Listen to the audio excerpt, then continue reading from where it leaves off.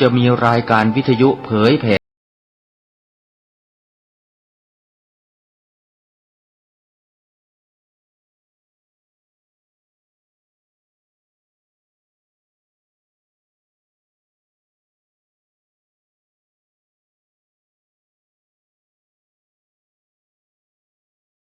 ได้โดยพระสงฆ์ไม่ต้องเดินทางเข้าบ้านการใช้สื่อคือการทำงานเชิงรุกที่ดีที่สุดการรอให้คนเข้าวัดแล้วจึงแสดงธรรมเหมือนแต่ก่อนนั้นอาจจะสายเกินไป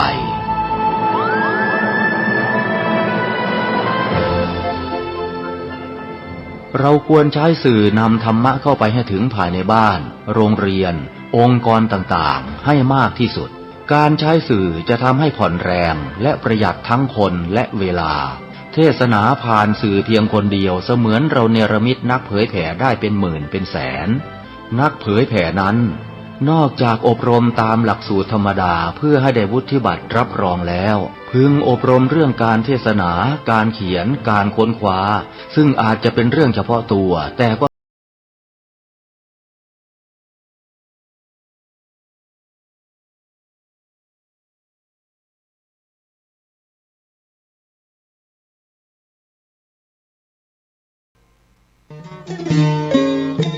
ข่าวสารเพื่อการประชาสัมพันธ์ขอเชิญชวนผู้ใจบุญใจกุศลร่วมทำบุญทอดผ้าป่าสามัคคีประจำปีพุทธศักราช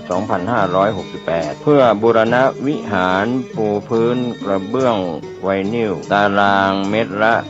699 บาทจำนวน 150 ตารางเมตรทำโครงเหล็กป้องกันนกรอบวิหารราดพื้นเททรายล้างหน้าวิหารราวบันไดเหล็กสแตนเลสทาสีรอบวิหารเปลี่ยนระบบไฟฟ้าปรับปรุงทัศนียภาพวิหารบูรณะปฏิสังขรณ์ถาวรวัตถุภายในวัดทอดถวายณวัดดอนตันตำบลเหมืองแก้วอำเภอแม่ริมจังหวัดเชียงใหม่ตรงกับวันเสาร์ที่1พฤศจิกายนพุทธศักราช 2568 ช่วงเช้า 9:39 นาทีเป็นต้นไปก็ขอเชิญชวนศรัทธานักศีลนักบุญทั้งหลายร่วมงานบุญทอดผ้าป่าสามัคคีครั้งนี้เพื่อบูรณะวิหารปูพื้นกระเบื้องไวนิลรวมไปถึงทำโครงเหล็กป้องกันนกรอบวิหารราดพื้นเททรายร้างหน้าวิหารราวบันไดเหล็กสแตนเลสทาสีรอบวิหารเปลี่ยนระบบไฟฟ้าปรับปรุงทัศนียภาพวิหารบูรณะปฏิสังขรณ์ถาวรวัตถุภายในวัดดอนตันตำบลเหมืองแก้วอำเภอแม่ริมจังหวัดเชียงใหม่เสาร์ที่1พฤศจิกายน 2568 นี้เชิญท่านร่วมงานร่วมบุญร่วมบริจาคได้บุญได้กุศลโดยทั่วหน้ากัน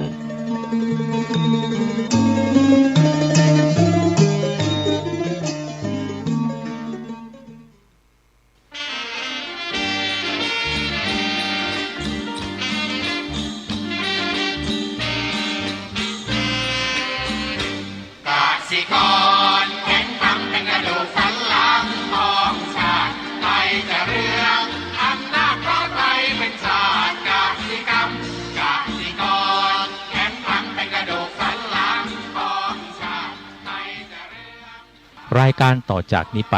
ขอเชิญท่านผู้ฟังทุกท่านเข้าสู่รายการดีมีคุณค่าน่าติดตามรายการเกษตรเพื่อชีวิตดำเนินรายการโดยกลุ่มรักเกษตรประสานงานโดยนายพิชัยคงพิทักษ์คณะเกษตรมหาวิทยาลัยเชียงใหม่หมายเลขโทรศัพท์053944030ขอเชิญทุกท่านติดตามรับฟังได้ณบัดนี้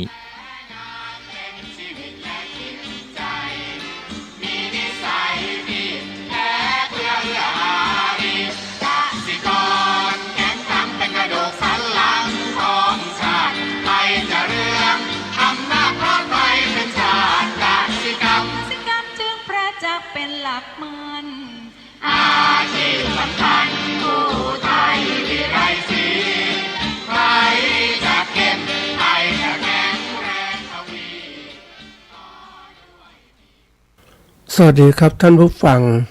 พบกับรายการเกษตรเพื่อชีวิตสำหรับวันนี้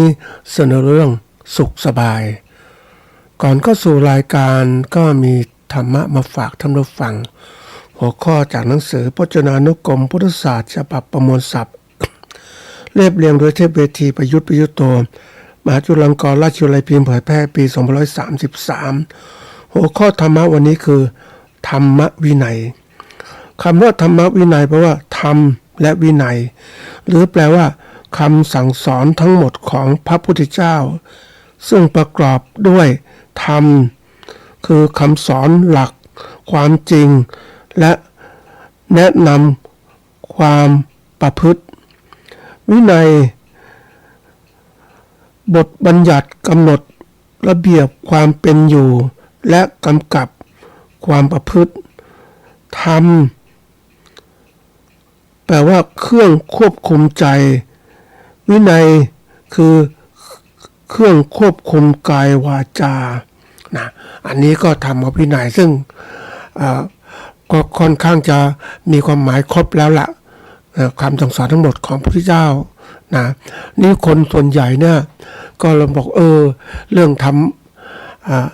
ทำวินัยเนี่ยเป็นเรื่องของพระนะพระเพราะนั้นเราไม่ต้องสนใจไม่ต้องใจเพราะว่ามันเรื่องสูงเกินไปที่เราจะทำจริงๆแล้วทำวินัยเนี่ยก็ทำคำสั่งสอนพระเจ้านะว่าโดยธรรมะนะหลักความจริงนั้นนำไปพูดปฏิบัติวินัยบทบัญญัติกำหนดระเบียบความเป็นอยู่กำกับความประพฤติกับกายวาจาอันนี้มันประโยชน์มากจริงๆเราเองทำวินัยเนี่ยเป็นเรื่องที่เราทุกคนควรต้องใส่ใจปฏิบัติแล้วก็นำมาพฤติปฏิบัติเนี่ยเราจะได้เขาเรียกพ้นจากทุกข์ทั้งปวงได้ถ้าเราทำจริงนะบางคนบอกว่าต้องเป็นเรื่องของพระมันจริงไม่ใช่เรื่องของเรานี่แหละถ้าเรานับถือพระพุทธศาสนาแล้วเราก็ต้องมีธรรมวินัยเป็นเครื่องทำเป็นเครื่องเขาเรียกว่าเป็นเครื่องควบคุมใจนะวินัยเครื่องควบคุมกายและวาจาเพราะนั้นเราก็มีสิ่งที่ควบคุมกายวาจาและใจแล้วเนี่ยนะมันก็ครบแล้วล่ะกายวาจาใจก็ได้ทำมาวินัยนี่แหละเราก็นำหลักธรรมไปเพื่อปฏิบัติก็จะเกิดผลอย่าไปบอกว่าเป็นเรื่องคนอื่นเรื่องจริงเรื่องของเราเองทุกคนต้องนำมาใช้ถึงจะเรียกว่าเป็นพุทธศาสนิกชนนะคือชนที่เคารพในคำสั่งสอนพระเจ้าเคารพในการนำคำสั่งสอนของพระเจ้ามาเพื่อปฏิบัติทั้งกายวาจาและใจนะควบคุมกายวาจาใจของเราหมดเลยนะก็เป็นสิ่งสำคัญนะเราวันนี้เข้าเรื่องของเรานะก็เรื่องของเขาเรียกว่าที่สุขสบายจริงๆแล้วไอ้ตัวนี้เป็นเรื่องของการต่อหัวข้อที่แล้วนะหัวข้อที่แล้วนี่เราพูดถึงเรื่องของ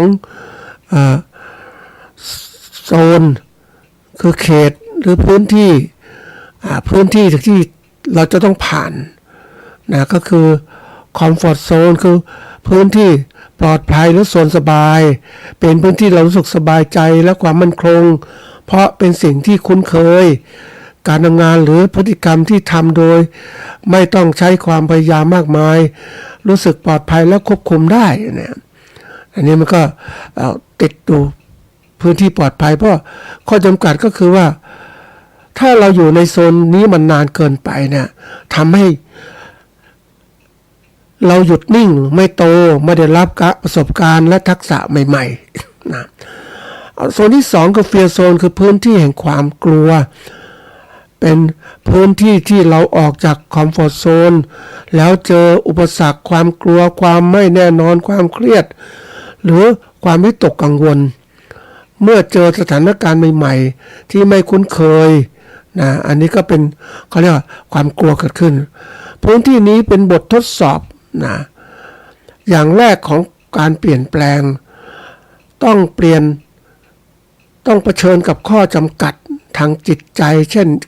ข้ออ้างความไม่มั่นใจความเสียและเสีย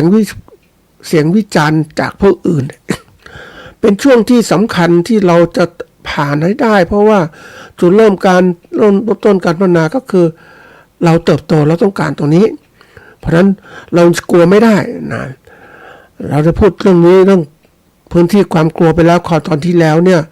เรากลัวมากจนกระทั่งเราไม่ทำอะไรเลยเนี่ยมันก็ติดอยู่กับสิ่งที่พื้นที่ปลอดภัยหรือโซนคุ้นชินโซนสบายก็ไม่เกิดการพัฒนาโซนที่3คือ learning zone ก็พื้นที่แห่งการเรียนรู้เมื่อผ่านความกลัวมาได้จะเข้าสู่โซนที่เต็มไปด้วยโอกาสและความท้าทายที่ทำให้เราได้เรียนรู้ฝึกฝนพัฒนาทักษะและขยายพื้นที่ปลอดภัยเราให้มากขึ้นให้กว้างขึ้นอันนี้ก็สบายแล้วโซนที่4เนี่ยแน่นอนเป็นโซนที่เรียกว่าเราก็เรียกโซนหรือพื้นที่แห่งการเติบโตเป็นจุดสูงสุดของการพัฒนาตนเองที่เราสามารถเอาชนะอุปสรรคต่างๆได้อย่างต่อเนื่องใช้ทักษะศักยภาพสูงสุดแล้วก็ขยายโซนแห่งความปลอดภัยใหม่ที่มีทักษะความรู้และประสบการณ์มากขึ้นเป็นพื้นที่ของความสำเร็จความก้าวหน้าและความสมบูรณ์ในทุกด้านทั้งการทำงานชีวิตส่วนตัวและความสุขเป็นเป้าหมายของการพัฒนาตนเองที่ทุกคนต้องการก้าวไปสู่ไปถึงเป้าหมายที่เราต้องการคือความเจริญเติบโตอันนี้ที่ยกมาทั้งหมดโซนคือพื้นที่เราโซนแรกเนี่ยเราก็จะพูดถึงเราพูดไปโซนที่2แล้วความกลัวนะแต่โซนแรกเราไม่พูดเพราะว่ามันคนส่วนใหญ่เนี่ยก็จะไม่เข้าใจโซนแห่งความสบายมันติดสุขมันติดสบายอันนี้ก็จะพูดให้ฟังว่ามันคนหลายคนที่เราติดสุขสบายนะมันก็เลยไม่อยากไปไหนละไอ้ตัวนี้น่ากลัวนะท่านผู้ฟังก็บอกโซนในความปลอดภัยโซนสุขสบายเนี่ยพื้นที่ที่เรารู้สึกสบายใจและมั่นคงเพราะเป็นสิ่งที่คุ้นเคยการทำงานหรือพฤติกรรมที่ทำได้โดยไม่ต้องใช้ความพยายามมากรู้สึกปลอดภัยและควบคุมได้ไอ้ข้อจำกัดคือถ้าเราอยู่ในโซนนี้นานเกินไปเนี่ยทำให้เราหยุดนิ่งไม่เติบโตไม่ได้รับความประสบการณ์ใหม่ๆอันนี้เป็นตัวสำคัญที่บอกว่าหลายคนที่ติดกับตรงเนี้ยแล้วก็ไม่พัฒนาไปไหนอย่างบางคนก็พอแล้วนะแค่นี้ก็พอแล้วแต่พอวันนี้แต่พรุ่งนี้ไม่พอทำไงทำไมอีกมันไม่ได้คิดการไกลต้องคิดไปไกลว่าวันนี้พอแล้วพรุ่งนี้พอแล้ววันอื่นพอหรือยังอนาคตจะพอหรือยังเราต้องเตรียมการเพราะว่าเราที่สุดของเราเนี่ยมันถึงวัยที่เรียกว่าวัยแห่งการด้อยอะไรด้อยความคิดทัศนความสามารถของเรามันมีวัยหนึ่งของเราช่วงหนึ่งของเรานี่แหละถ้ามันตรงนี้มันด้อยไปแล้วมันก็ไม่สามารถทำงานได้แล้วเราจะอยู่อย่างสุขจากพอเพียงอย่างไรมันไม่ได้มันต้องขยันตั้งแต่วันนี้ที่เราแข็งแรงทำเลยเนี่ยคนส่วนใหญ่คิดทีนี้มาดูที่ว่าเขาเรียกว่าเราต้องสร้างความคิดของเรานะท่านผู้ฟังถ้าเราไม่คิดให้ถูกต้องเราก็จะลำบากละวันนี้ต้องหัดคิดที่ถูกต้องโดยเฉพาะอย่างยิ่งทางเกษตรกรหรือผู้ประกอบการเกษตรทุกคนนั้นจะต้องคิดแบบใหม่ให้มันทันโลกต่างๆทั้งหมดว่าโลกมันเปลี่ยนแปลงนะทุกอย่างเปลี่ยนแปลงแล้วเราจะไม่เปลี่ยนแปลงเรายังคิดบทสบายอย่างนี้มันก็เลยกลายเป็นว่าเราก็ไม่สามารถเจริญเติบโตได้อันนี้เรื่องจริงนะท่านผู้ฟังทีนี้ที่ยกตัวอย่างคือว่ามาดูว่าไอ้สุขสบายเนี่ยวันนี้หัวข้อของเราคือเขาเรียกว่าสุขสบายนะทีนี้มันมีสุขสบายตัวนึงมันมีคำภาษาอังกฤษก็คือcomfortable เนี่ยนะความสบายหรือสุขสบายหมายถึงความรู้สึกสบายกายสบายใจหรือผ่อนคลายไม่มีความรู้สึกไม่สบายใจหรือไม่เครียดเช่นอยู่ในที่นั่งที่สะดวกสบายหรือสถานการณ์ที่ทำให้ใจสงบและรู้สึกปลอดภัยความรู้สึกแบบนี้มักเน้นในเรื่องของความสบายชั่วคราวหรือทางกายและใจในระดับพื้นฐานอันนี้ส่วนความสุขนั่นนะความสุขหมายถึงสภาวะหรือความรู้สึกที่ดีมากกว่าความการสบายเช่น ความยินดี ความพึงพอใจ ความสงบใจ ความรู้สึกมีคุณค่าในชีวิต หรือภาวะของความสุขโดยรวมที่มีความหมายและยังยืนมากขึ้นนะมากขึ้นกว่าอะไรยังยืนมากขึ้นมากกว่าโซนสบายอันนี้เป็นความสุขที่คนมองกันนะนี่โดยสรุปแล้วความโซนในความสบายก็คือความเน้นความสบายผ่อนคลายที่อาจเป็นเพียงชั่วคราวหรือเกี่ยวข้องกับความรู้สึกทางใจในขณะนั้นส่วนความสุขนั้นก็คือมันลึกซึ้งกว่าความมีความสบายนะมีความพึงพอใจหรือนะความหมาย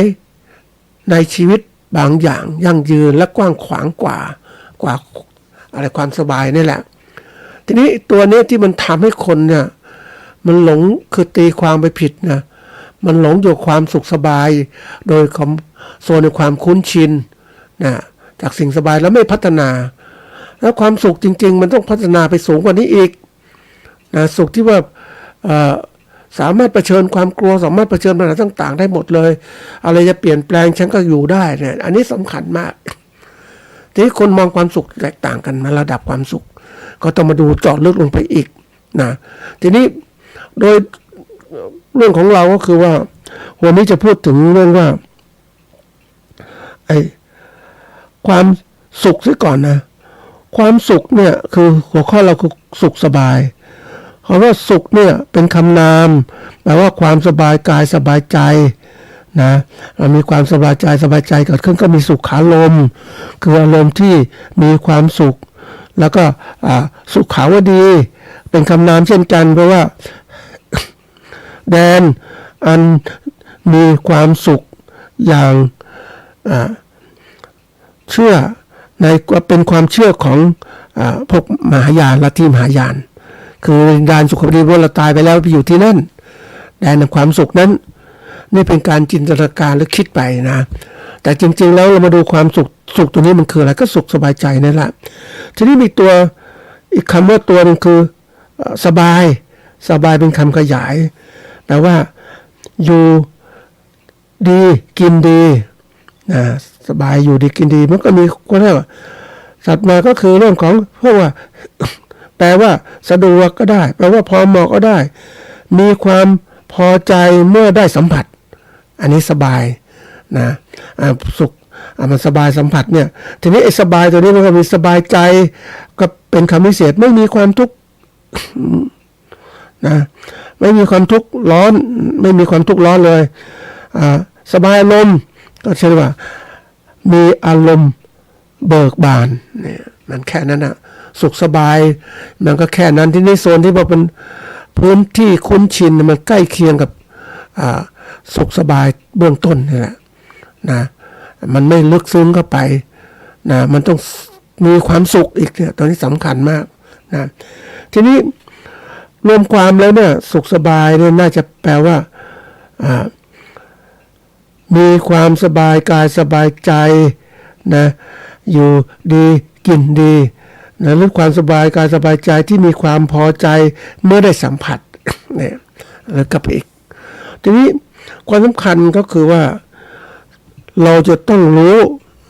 คือประการแรกรู้ความหมายหลายคนเนี่ยแปลความหมายที่ผิดพลาดก็เลยกลายเป็นว่า อย่างสุขสบายพอแล้วเนี่ยอย่างเนี้ยมันสุขสบายยังไงนะพอแล้วก็ขณะนี้ปัจจุบันพอแล้วแต่อนาคตล่ะไม่รู้จะพอหรือเปล่าเพราะเราไม่ได้มีการเตรียมการใช่ไหมเวลาทำอะไรต้องมองไปเหมือนกับว่าเราจะสร้างความโซนพื้นที่ความคุ้นชินหรือสบายของเราเนี่ยเราต้องมองให้มันกว้างขึ้นมันขยายใหญ่ขึ้นมันเป็นต้องควบคุมทั้งหมดว่าผ่านพื้นที่ความกลัวผ่านการเรียนรู้แล้วก็ความสร้างความเจริญก้าวหน้าได้อะไรจะเปลี่ยนโลกของเราจะเปลี่ยนยังไงก็ตามแต่ฉันก็ก้าวหน้าตลอดเวลาไม่มีผลกระทบต่อเรา เหมือนหนึ่งว่าเรามีเรือลำใหญ่นะท่านผู้ฟังลอยกลางน้ำจะขึ้นจะลงฉันก็ลอยอยู่สบายแล่นไปไหนก็ได้ฉันมีพลังงานในเรือเต็มที่เลยเครื่องจักรแข็งแรงเรือก็ดีลอยได้สบายนี่คือตัวอย่างมันต้องดีกว่าที่เราสะดวกสบายธรรมดามันต้องมีเขาจะผ่านสถานการณ์แวดล้อมนี่มันต้องดีขึ้น ไอ้คนส่วนใหญ่เนี่ยแม้นบอกโอ้ฉันสบายแล้วโอ้ฉันมีเรือลำเล็กๆฉันลอยตามน้ำได้ขึ้นตามน้ำทีนี้ถ้าน้ำแรงล่ะน้ำแรงเรือโอ้โหไปไม่ได้เรือบางทีน้ำมีขึ้นเรือก็จมใช่ไหมอย่างเนี้ยมันต้องคิดมากคือต้องคิดในลึกอ่ะท่านผู้ฟังถ้าเราเข้าใจความหมายตื้นๆมันก็อย่างนี้เราก็ติดกับความสะดวกสบายนะตัวอย่างหลายคนที่ไม่พัฒนาตนเองเป็นเกษตรกรก็ตามหรือผู้การก็ตามมีความสุขสบายแค่นั้นแหละอยู่ขนาดนั้นอ่ะก็ติดอยู่คนนี้ไม่ต้องพัฒนาแล้วนะหลายคนเนี่ยชอบพูดประจำนะท่านผู้ฟังพอแล้วสบายแล้วมันสบายวันนี้วันพรุ่งนี้ไม่สบายแล้วเห็นไหมว่าคิดไม่ลึกซึ้งอ่ะมีตัวอย่างที่มาของเลือกยกคำนี้ก็เพราะว่าหนึ่งมีโอกาสได้คุยกับยามนี่เขาทำอาชีพต่างๆมาก่อนนะแต่สุดท้ายเนี่ยนะก็ถ้ายามที่คนหนุ่มคนแน่นเนี่ยนะก็มักจะไม่อยากจะเป็นยามหรือเฝ้ายามนะเพราะว่าเขามีโอกาสที่จะทำอะไรได้มากขึ้นกว่าที่เฝ้ายามเพราะว่าเขาจะมีรายได้แค่นะวันละ300 หรือ 400 หรือ 500 บาทเท่านั้นแหละมีแค่นี้นะเพราะนั้นเมื่อเขายังหนุ่มนั้นก็จะไปหาทำงานที่ดีกว่าแต่เมื่อทำงานที่ดีกว่าไม่ได้ก็ย้อนกลับมายามอันนี้ยามนี่บางคนที่บอกโอ้ฉันเป็นยามฉันก็มีความสุขแล้วนะเพราะว่า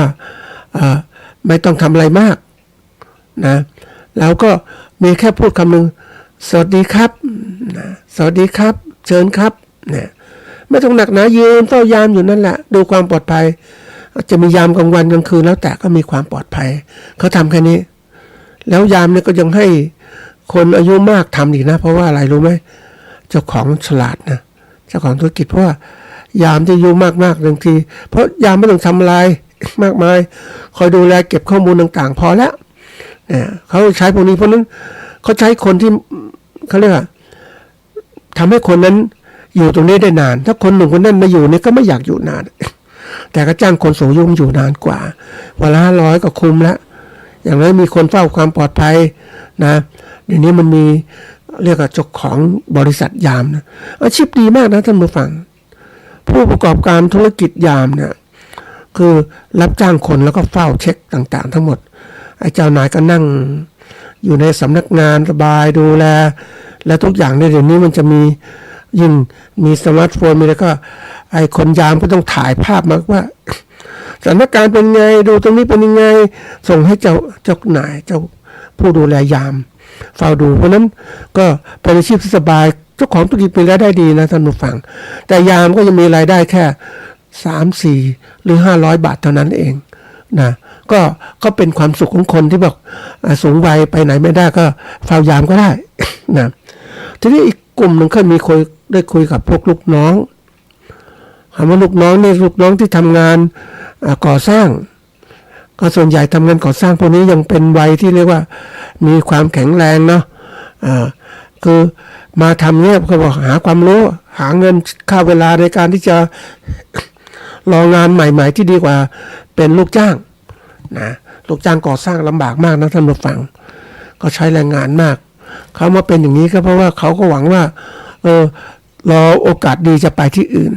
นะเป็นธรรมชาติความลูกจ้างเนี่ยเมื่อเขาร่างกายแข็งแรงเขาก็คิดหาทางใหม่ๆเขาอยากจะเป็นเจ้าของธุรกิจเองเป็นนู่นเป็นนี่คือช่วงของเริ่มต้นแห่งการชีวิตธุรกิจมันต้องเป็นอย่างนี้แต่เมื่อไรก็ตามถ้าเราไปเพลินอยู่ตรงนี้ว่าฉันเป็นลูกจ้างฉันสบายไม่ต้องคิดอะไรมากแล้วถามว่าคุณเป็นลูกจ้างคุณความมั่นคงมีไหมไม่มีวันหนึ่งเขาจะให้คุณออกก็ได้แล้วก็ได้ใช่ไหมคุณต้องคิดหนักจริงๆทีนี้เราเองถ้าเราเป็นผู้เกษตรกรต่างๆก็คิดแล้วเป็นเกษตรกรเนี่ยเราเป็นเกษตรกรธรรมดาปลูกพืชเลี้ยงสัตว์ตัวเนี้ยเราจะอยู่ได้มั่นคงยังไงต้องคิดต่อนะไม่จะพออย่างนี้ไม่ได้คิดต่อให้เราต้องเป็นเจ้าของธุรกิจมีกำไรทำแล้วไม่จะทำพอกินพอได้พอใช้แต่นั้นน่ะไม่มีพอเก็บอ่ะแล้วมันจะอยู่มั่นคงยังไงอ่ะไม่ต้องคิดได้มากนะท่านผู้ฟังยิ่งมีทฤษฎีของการที่ว่าอยู่อย่างพอเพียงอย่างนี้บ่อยๆเนี่ยเราไม่เข้าใจจริงๆมันไม่ได้นะไอ้ พียงที่มันต้องมีความก็เรียกมีความรู้มีความเข้าใจแล้วก็ต้องเข้าใจลึกซึ้งว่าพอเพียงวันนี้พวกนี้วันต่อไปข้างหน้าต้องพอเพียงอีกต้องมีความอะไรต้องมีสิ่งที่ต้องการต้องกินต้องใช้ต้องมีพอเพียงต้องมีมากเพราะนั้นจะหยุดไม่ได้หลายคนที่ชอบหยุดอย่างเงี้ยร่างกายแข็งแรงช่วงจังหวะทำงานชีวิตก็ทำแค่นี้พอแล้วไม่คิดอะไรมากอย่างพวกลูกจ้างเนี่ยน่าคิดนะท่านผู้ฟังจะบอกน้ำสารก็ไม่ใช่เพราะเขาคิดแค่นั้นคือเขาแข็งแรงเขายังทำอะไรได้นะก่อนเนี่ยพวกลูกจ้างเนี่ยเขาไม่มีการศึกษานะเขาก็ทำอย่างนั้นแต่เดี๋ยวนี้เราสามารถมีการศึกษาของสังคมไทยเนี่ยเป็นเรื่องที่สำคัญมากนะท่านผู้ฟังการศึกษาคือการยกระดับความรู้ความสามารถของเรามีโลกทัศน์ที่กว้างขึ้นเราก็ทำงานที่ดีขึ้นมันช่วยเรายกระดับชนชั้นของเราชั้นที่เป็นลูกจ้างก็เป็นเจ้าของธุรกิจไปนู่นเนี่ยต้องทำอย่างนี้เราเองจะเป็นเจ้าพ่อเกษตรกรไม่ได้เราต้องเป็นเจ้าของธุรกิจเป็นเจ้าของธุรกิจทำการเกษตรของเรามีช่องทางมีทำกำไรได้มากคุมสถานการณ์ต่างๆได้มากนะอันนี้มันก็เป็นตัวอย่างทีเดียวนะเราจะคุมยังไงก็ต้องพยายามที่จะต้องจัดการกับธุรกิจต่างๆทั้งหมดได้ทีนี้มันก็มีเรื่องนึงต่อตรงนี้ก็คือว่าทีนี้มันก็มีอย่างเขาบอกเกษตรกรของอเมริกาเนี่ยทำการเกษตรเขาร่ำรวยนะท่านผู้ฟังเขาร่ำรวยเขาสามารถเป็นเอกชนที่พัฒนาการต่างๆเขาทำขนาดใหญ่นะขนาดใหญ่เขาเป็นเกษตรกรธรรมดาไม่ได้เขาต้องเรียกเป็นผู้ประกอบการเกษตรเขาคุมการค้าการตลาดของเขาอย่างมั่นคงแล้วก็ทำได้นี่โลกแบ่งประชาธิปไตยนะมันก็ผู้ประกอบการเกษตรหลายคนก็มารวมตัวกันช่วยกันนู่นนี่ต่างคนต่างทำมาช่วยกันได้ทีนี้มาเจอว่าไอ้สังคมนิยมคอมมิวนิสต์เนี่ยประเทศจีนเนี่ยเขาเป็นคอมมูนขนาดใหญ่นะรัฐสั่งหมดเลยทำอย่างนี้ทางนี้เพราะฉะนั้นเมื่อระบบของคอมมูนเอามาแข่งกับระบบประชาธิปไตยซึ่งต่างคนต่างทำมีสมาคมต่างๆช่วยทีนี้กลายเป็นว่าความแข็งแกร่งทางธุรกิจเนี่ยมันมีเกิดขึ้น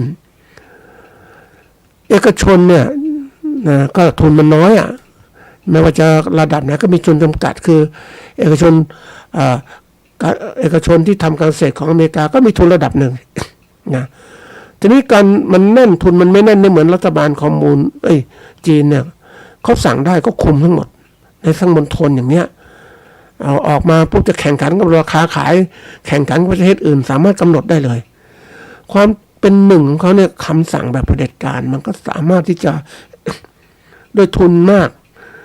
สั่งการต่างๆหมดเพราะนั้นก็เกิดต่อสู้ระหว่างทุนนิยมกับเสรีนิยมทุนนิยมที่เป็นเสรีแต่ที่มันเกิดทุนนิยมที่มันเป็นไม่เสรีแหละไม่ใช่ทุนนิยมคือรัฐบาลคอมมิวนิสต์มันไม่ใช่เสรีนะมันเป็นคอมมิวนิสต์ที่มันคุมทั้งหมดแล้วทุนมันเยอะมาก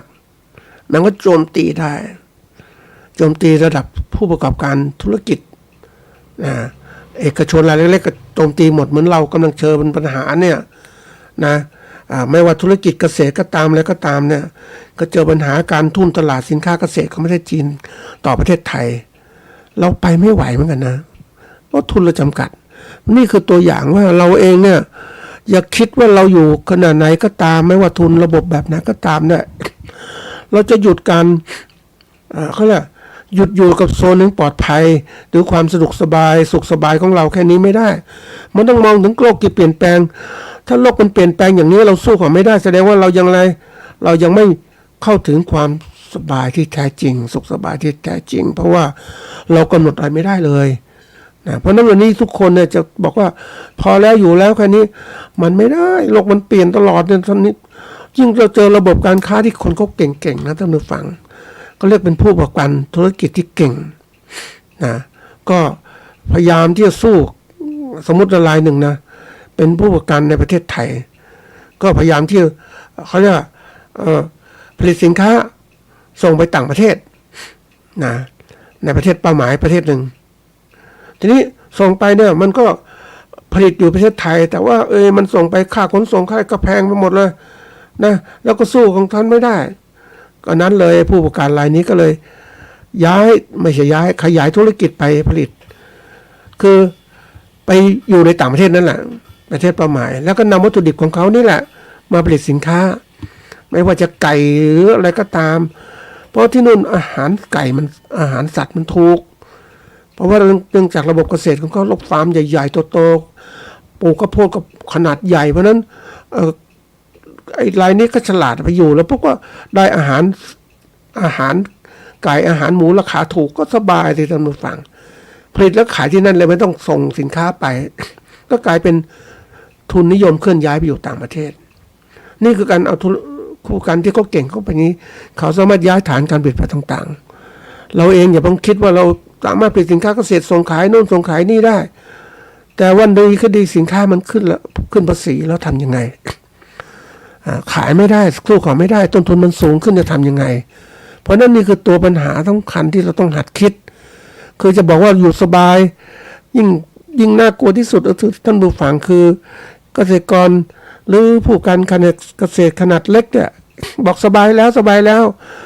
มันไม่ได้พอแล้วก็ไม่ได้มันเปลี่ยนอย่างนี้นี่มันต้องดูว่าเราเข้าใจความหมายจริงๆแล้วเนี่ยอยากจะให้ความหมายกับท่านผู้ฟังมากเลยเวลาเราทำอะไรก็ตามเราจะไปคิดว่าแค่นี้พอแล้วแม้ตัวอย่างคำสอนพระพุทธเจ้าก็บอกว่าปฏิบัติทางความทุกข์คือมรรคแปดนี่มันก็ต้องดูว่ามรรคแปดระดับไหนล่ะระดับปุถุชนกัลยาณชนและอริยชนหรือเปล่าอริยชนก็โสดาบันสกทาคานาคาอรหันต์เนี่ยก็มีมรรคแปดที่เข้มข้นต่างกันไปอีกมันลึกเข้าไปอีกเพราะฉะนั้นการเข้าใจเนี่ยเบื้องต้นมันก็ทำให้เราถ้าเราเข้าใจตื้นๆก็เข้ากันตื้นนั่นแหละ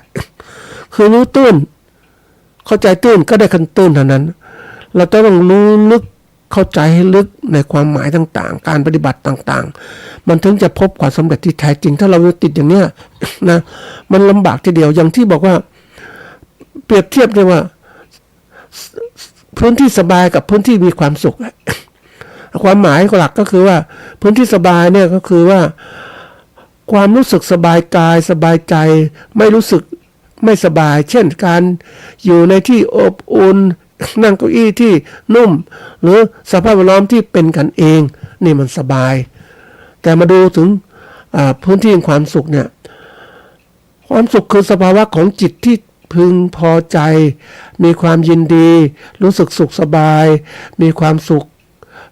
ความพึงพอใจในชีวิตหรือสถานการณ์ต่างๆนี่คือสุขธรรมดานะความสุขธรรมดาเราต้องถึงความสุขอีกนะมันจะสุขอย่างไหนสุขอย่างผู้เจ้าท่านสอนอย่างนั้นนะมันมีสุขของปุถุชนกัลยาณชนอริยชนต่างๆมันต้องดูอีกเพราะนั้นการที่เราอยู่ถ้าติดสุขอย่างนี้มันไม่ก้าวหน้าเหมือนเอาตัวอย่างนะท่านผู้ฟังการปฏิบัติสมาธิเนี่ย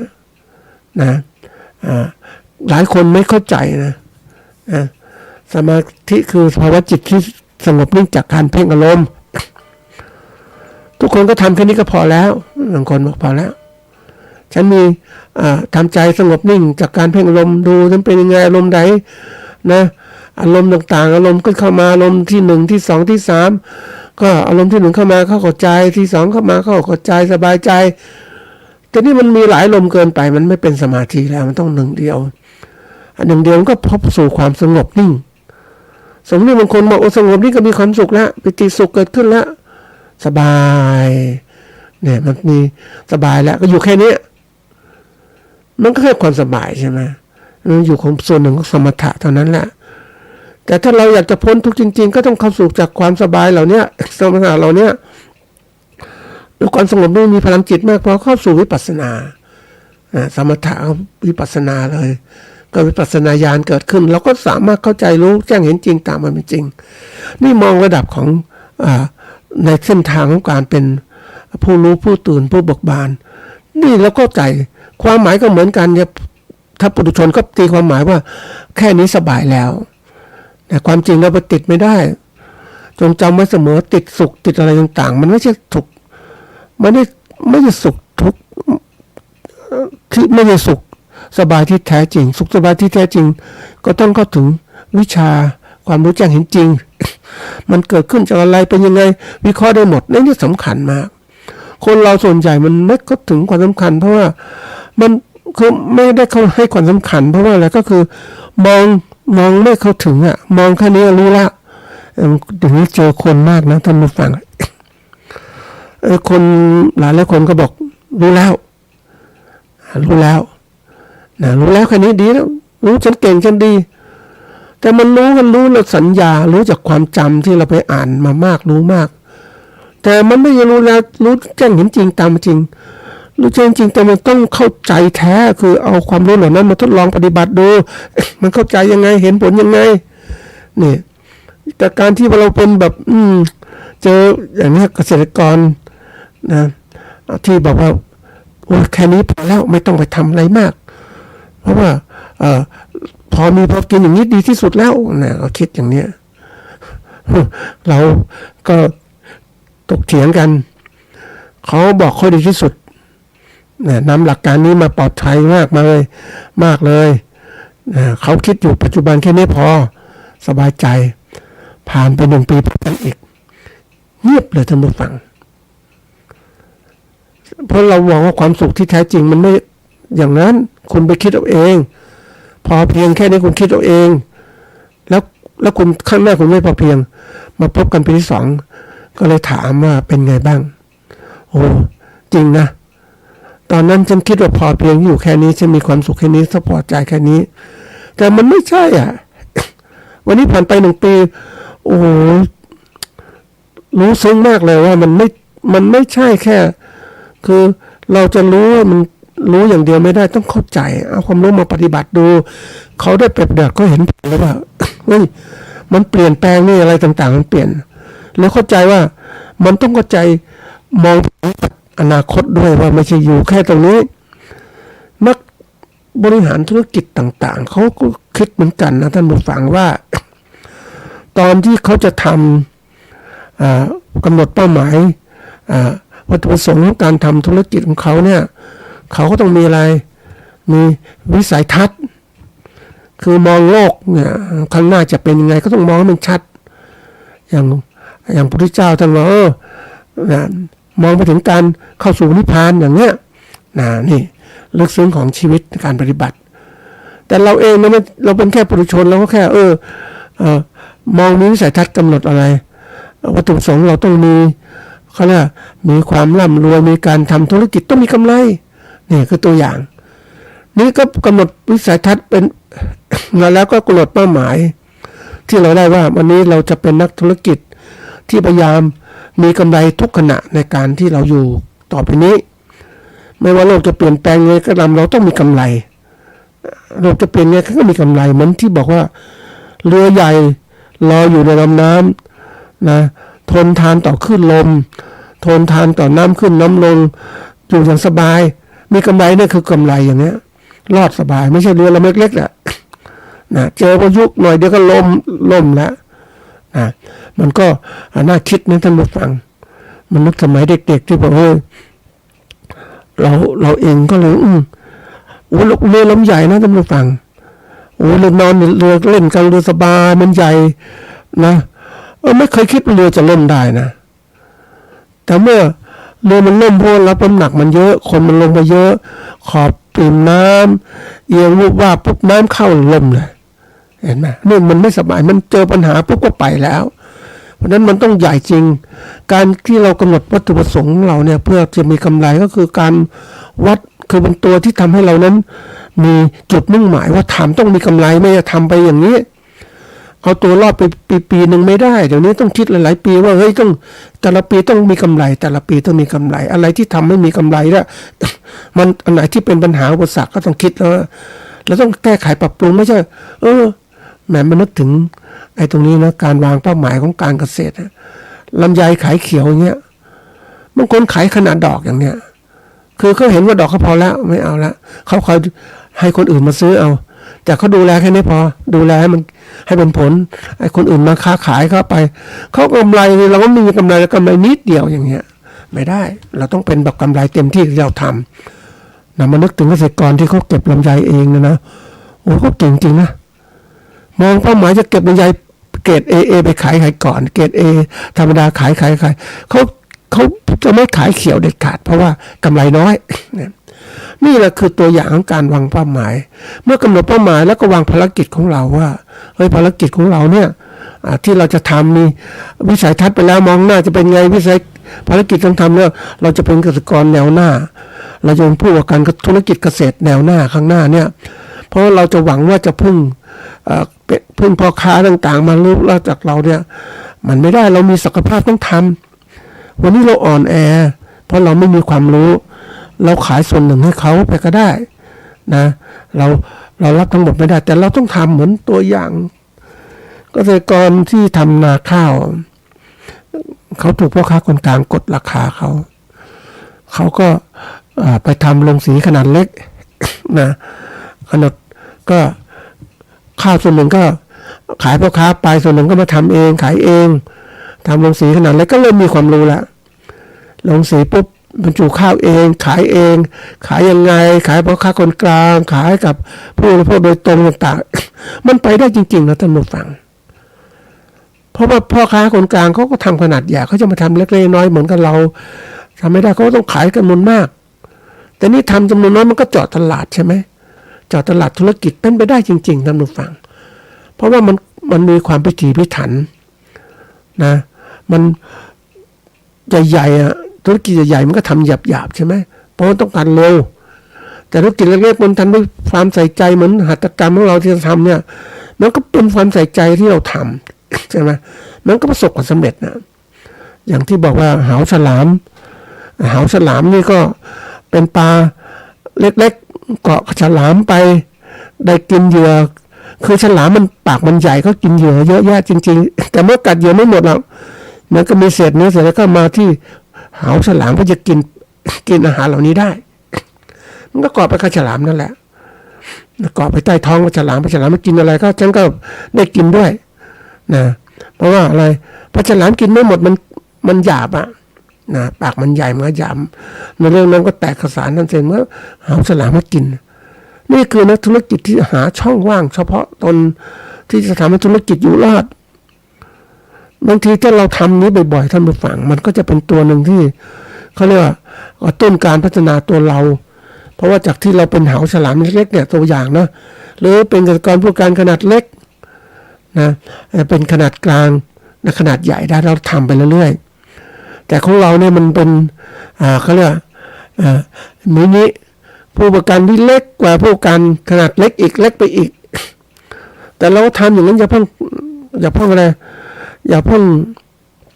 ท้อถอยมีโอกาสก็ทำฟูมฟักความแข็งแรงของเราให้เกิดขึ้นเราถึงจะสามารถทำได้นะอันนี้เป็นตัวอย่างว่าที่เล่ามาทั้งหมดเนี่ยมันเพียงแค่การที่เรามองโลกที่มันเหมือนกับว่าด้วยความคิดของเรารู้แล้วนะแต่จริงๆเรายังไม่รู้นะเพราะมันรู้ไม่หมดไงแล้วรู้ไม่หมดก็ไม่เข้าใจไม่หมดอีกมันเข้าใจมันต้องเอามาปฏิบัติเพราะนั้นวิธีการเราเอาความรู้ต่างๆที่มีอยู่นะที่ไหนจะได้มาสร้างความเข้าใจให้เกิดขึ้นมันจะเป็นเหมือนกับว่าบทเรียนสอนเราลองทำอย่างเล็กๆก่อนที่มันสำเร็จแล้วต่อไปมันจะเป็นบทเรียนที่ใหญ่ขึ้นนะแล้วเข้าสู่ความที่ว่าโลกที่เปลี่ยนแปลงได้นะถ้าเราไม่ปรับเนี่ยวันนี้ต้องบอกว่าหลายคนนะท่านผู้ฟังเขาบอกโลกที่พัฒนาไปแล้วเนี่ยนะโลกที่พัฒนาเนี่ยตามหลักการที่น่าจะเป็นจริงก็คือว่าคนที่ตั้งอกตั้งใจพัฒนาจะร่ำรวยขึ้นนะอันนี้เรื่องจริงนะแต่ถ้าคนไม่พัฒนาเนี่ยมันมีเยอะแยะไปหมดเพราะคนที่มันติดกับความที่ว่าสบายนะแล้วความกลัวคนกลัวก็มีนะท่านผู้ฟังกลัวที่บอกมันจะกลัวนู่นกลัวนี่กลัวคือมันสบายแล้วจะคิดทำไมวะจะไปคิดทำไมโลกข้างหน้าจะเปลี่ยนแปลงมันจะไม่เป็นจะสบายอย่างนี้แล้วเนี่ยยิ่งคนบางคนเดี๋ยวนึกถึงว่าไม่อยากกลัวเกินเหตุนะท่านผู้ฟังแต่ว่าเตรียมไว้คือเราไม่เคยคิดว่าเราจะเกิดสงครามก่อนเราไม่เคยคิดนะตอนนี้มีสงครามแล้วลบกับเขมรนั้นเป็นชาติเล็กๆก็ตามอาวุธไม่มากก็ตามแต่เดี๋ยวนี้มันไม่มากก็ตามนะแต่ว่าถ้าโดยอาวุธดีๆเป็นอาวุธนิวเคลียร์ นะยิงจากพนมเปญถึงกรุงเทพอย่างเนี้ยเป็นระเบิดปรมาณูก็สามารถจะทำได้เหมือนกันอย่าประมาทไม่ได้นี่สงครามที่เกิดขึ้นนะเพราะว่ามันเป็นเรื่องที่แบบ ใครมีวุฒิดียุทธศาสตร์การลบดีนะก็สามารถชนะที่ประเทศที่แข็งแรงได้ถ้าเรามียุทธศาสตร์ที่ดีอันนี้จะประมาทนี่คนส่วนใหญ่ว่าไม่เป็นไรฉันประมาทฉันอยู่สบายอย่างนี้นะบางคนที่เขากลัวนะถามว่านึกถึงก็ตลกดีเหมือนกันนั้นเราฟังว่าคุณคิดถึงสงครามหรือว่าอะไรสงครามเราจะเกิดขึ้นไหมหนูคิดมากเลยอาจารย์หนูคิดมากเลยแล้วหนูมีการเตรียมพร้อมเตรียมอยู่นะเนี่ยทำทุกอย่างเนี่ยพยายามหาขุดเขาเรียกอะไรขุดพื้นที่หลบภัยหลุมหลบภัยต่างๆเพราะว่าเขากลัวระเบิดปรมาณูกลัวสงครามที่มันมาเนี่ยเขาจะมีการขุดหลุมภัยไปหลุมพรางไปอยู่ตามภูเขาต่างๆเขาเตรียมการก็เลยถามว่าแล้วคุณเตรียมเงินไหมหนูไม่ได้เตรียมหรอกตอนนี้หนูสะสมไว้ทองคำเนี่ยมันเกือบถึง50 บาทแล้วแต่ยังไม่ถึงเลยเพราะทองคำมันแพงใช่ไหมมันขึ้นราคาแต่ก่อนซื้อไว้29,000ตอนนี้มาขึ้นไปแล้วเนี่ยยังไม่ถึง50 บาทเลย50 บาทก็หลายล้านนะท่านผู้ฟังนี่คือคนที่ไม่ก็เรียกคนที่เตรียมตัวแล้วถามว่าถ้าคนไม่เตรียมตัวปล่อยไปเรื่อยๆไปเอาถามจริงๆเถอะว่าถ้าเกิดวิกฤตขึ้นมาเนี่ยคุณไม่เตรียมตัวไม่เตรียมเงินต่างๆเนี่ยไม่มีเงินสะสมนะคุณจะไปข้าวของมันนะมันขึ้นราคานะท่านผู้ฟังน้ำมันจะลิตร50 บาทก็ได้มันตรงมือในทุนหมดอ่ะในทุนมันตุนกำไรสมมติมันจะเอากำไรมันกดมันขึ้นราคาหมดแล้วทำไงข้าวสารเนี่ยสมมติว่ากิโลละ100อย่างนั้นนะขึ้นไป200อ่ะคุณต้องกินใช่ไหมคุณต้องซื้ออ่ะนี่คือความไม่แน่นอนที่เกิดขึ้นไม่ใช่ปลุกระดมให้เห็นความกลัวนะแต่ถามว่าการกลัวไว้ก่อนนะเพื่อหาทางแก้ธุรกิจของเราเนี่ยมันต้องคือมันก็มีทั้งได้กำไรไม่ได้กำไรแต่เรากลัวที่ว่ามันไม่ได้กำไรเนี่ยเพราะนั้นวิธีการก็ทำให้เรานั้นกลัวไม่ได้กำไรทำไงมีกำไรต้องหัดคิดแล้วเฮ้ยคิดหาทางออกทางกำไรยังไงดีวะอย่างสมมุติว่าเขามีคำพูดคำหนึ่งเขาบอกว่าในแง่ของการเกษตรเนี่ยเราอยากได้ราคากำไรมากๆเนี่ยฝ่ายผลิตของเราเนี่ยเราต้องมีต้นทุนผลิตที่ต่ำที่สุดนะต่ำที่สุดเลยทำให้ต่ำที่สุดลดต้นทุนลดแรงงานลดเครื่องจักรมาแทนนะปุ๋ยก็ใช้สูตรดีๆที่แบบปุ๋ยธรรมชาติปุ๋ยอินทรีย์ต่างๆลดมาหาวิธีการลดต้นทุนการผลิตได้อันเนี้ยนะแล้วก็ต้นทุนการผลิตแล้ววิธีการผลิตต่างๆต้องมีภาพสูงสุดนะเพิ่มปริมาณให้ได้มากที่สุดนี่มาถึงฝ่ายการตลาดทำไงดีต้องแปรรูปหรือไม่แปรรูปสินค้าแต่ให้มันมีคุณภาพสูงและมาตรฐานเป็นเรื่องการของผู้บริโภคนะแล้วขายไงขายแข่งกับคู่ต่อสู้เรียกว่าคู่ค้าคู่แข่งนั้นเป็นไงคู่แข่งนั้นมันเยอะนะมันเป็นยังไงต้องศึกษาคู่แข่งด้วยแล้วก็มาวางแผนเราติดต่อคู่ค้าของเราอย่างไรจะแย่งตลาดอย่างไรนะทำไงจะขายได้เราไม่ใช่ว่าคิดแค่ตื้นๆไม่ได้เดี๋ยวนี้ยังคิดลึกนะคิดลึกแล้วหัดคิดก็เหมือนกับที่เล่าถึงเกษตรกรที่เขาเกษตรกรชาวนาที่เขามีโรงสีขนาดเล็กเขาทำเองอ่ะคุณอยากร่ำรวยคุณไปดูที่โรงสีใหญ่ๆที่เขาในแม่อายแถวเรือใหญ่อำเภอใหญ่ๆนะเจ้าของสีเรือทั้งนั้นเลยเป็นในทุนใหญ่เลยแต่เกษตรกรเนี่ยก็เป็นเกษตรกรชาวนาธรรมดามีรายได้ก็ไม่ถึงร่ำรวยบางคนรวยหน่อยแต่รวยหน่อยก็บริหารทรัพย์สินไม่เป็นอีกมีเงินก็ซื้อรถจอดทิ้งไว้ที่บ้านเฉยๆอย่างเนี้ย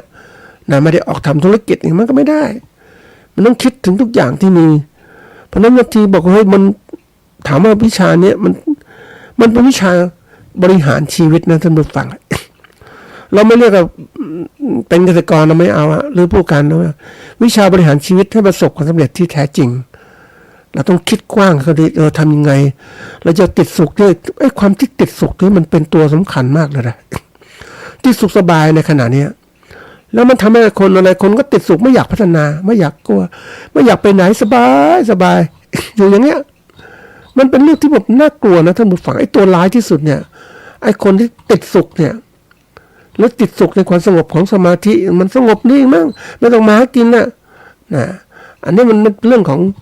การปฏิบัติที่บางทีมันตัวสำคัญที่สุดคือต้องรู้จักว่าเฮ้ยตัวไหนมันของแท้ของเทียมเราต้องมองให้โลกมันกระจ่างชัดนะอันนี้เป็นเรื่องใหญ่นะถ้ามาฝังคนเราเนี่ยมันติดคำว่าติดเนี่ยมันน่ากลัวนะนี่มันดูไอ้ตัวที่มันติดสุขเนี่ยขยายความนิดนึงว่า